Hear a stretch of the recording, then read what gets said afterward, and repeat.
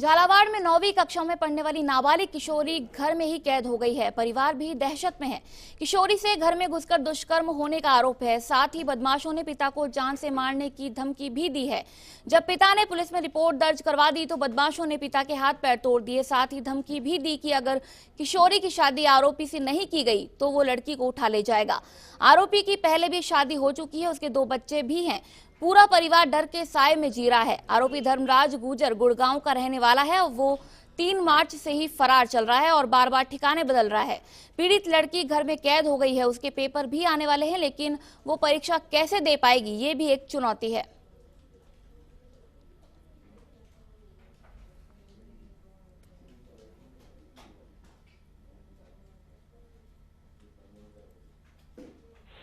पापा खेत पे गए हुए थे, हम तीनों माँ बेटी घर पर थी। तो धर्मराज रात को आया, मैं मम्मी के पास सो रही थी। उसने बोला चुपचाप ऊपर चल चल, अगर तू नहीं चली तो तेरे बाप को जान से मार दूंगा।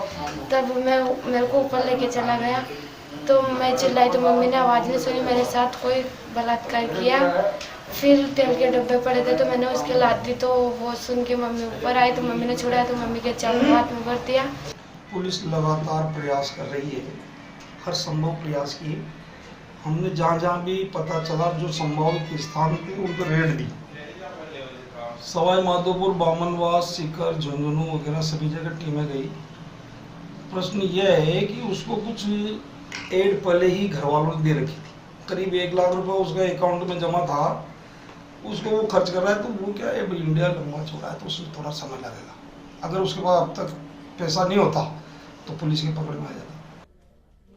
इस खबर पर ज्यादा जानकारी के लिए हमारे संवाददाता आरिफ हमसे जुड़ गए हैं। आरिफ, बताएं कि इस मामले में क्या कुछ ताजा अपडेट है। तनुजा, हम आपको बता दूं, झालावाड़ जिले के कोई पहला मामला नहीं, आए दिन ऐसे मामले गाँव में होते रहते हैं, और ये मीडिया सामने आ नहीं पाते। यही कारण है कि हमारी टीम पहुंचने के बाद पूरे गाँव में हड़का मच गया। यहाँ तक की बात करें तो डर गए जो लड़की है उनके परिवार लोगों को हमारे जाने के बाद काफी राहत मिली है। हमने उन्हें कहा कि हम तुम्हारी खबर चलाकर निश्चित तौर पर प्रशासन को सतर्क करेंगे और आरोपियों की गिरफ्तारी जल्द होगी। इस मामले में लगातार हम प्रशासन नजर बनाए हुए हैं। अपराधी इतना छात्र रह गए, जगह हर मोबाइल से बात करने के बाद सिम तोड़कर फेंकता है।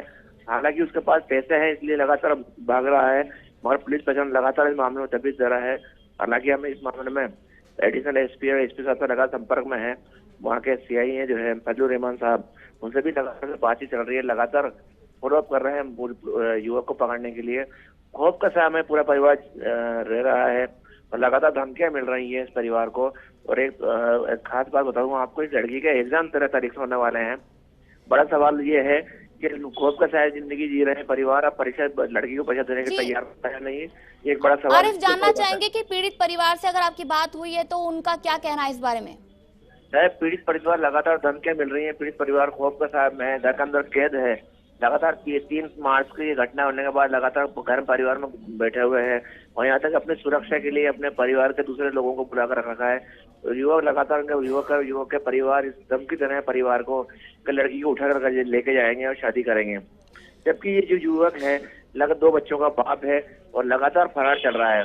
मगर इस तरह से दबाव बनाकर लड़की का बयान बदल लाने के लिए काफी दबाव बना रहा है और खौफ का साए में ये परिवार दहशत में है और लगातार पुलिस इन पर कार्रवाई नहीं कर पा रही है, अपराधी गिरफ्त से दूर है। जी, तमाम जानकारी के लिए धन्यवाद आरिफ। जैसा कि हमारे संवाददाता ने बताया कि अभी तक जो आरोपी है उसको पुलिस नहीं पकड़ पाई है। वो जगह जगह ठिकाने बदल रहा है, बार बार में अपने ठिकाने बदले जा रहे हैं और पूरा परिवार एक तरह से दहशत में जी रहा है। सबसे बड़ी चुनौती है कि उस बच्ची की, उस पीड़िता की परीक्षा भी आने वाली है और वो इस हालात में किस तरह से अपने एग्जाम दे पाएगी, ये भी एक बड़ी चुनौती बनी हुई है।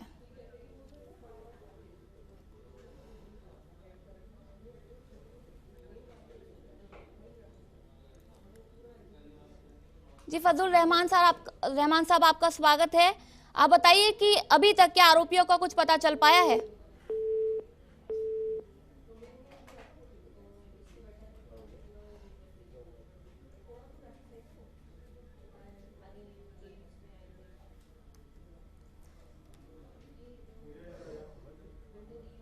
आपने अभी देखा कि किस तरह से जो अधिकारी हैं वो अपनी जिम्मेदारी से बचते हुए नजर आए। हमने उनसे बात करने की कोशिश की लेकिन उन्होंने फोन काट दिया।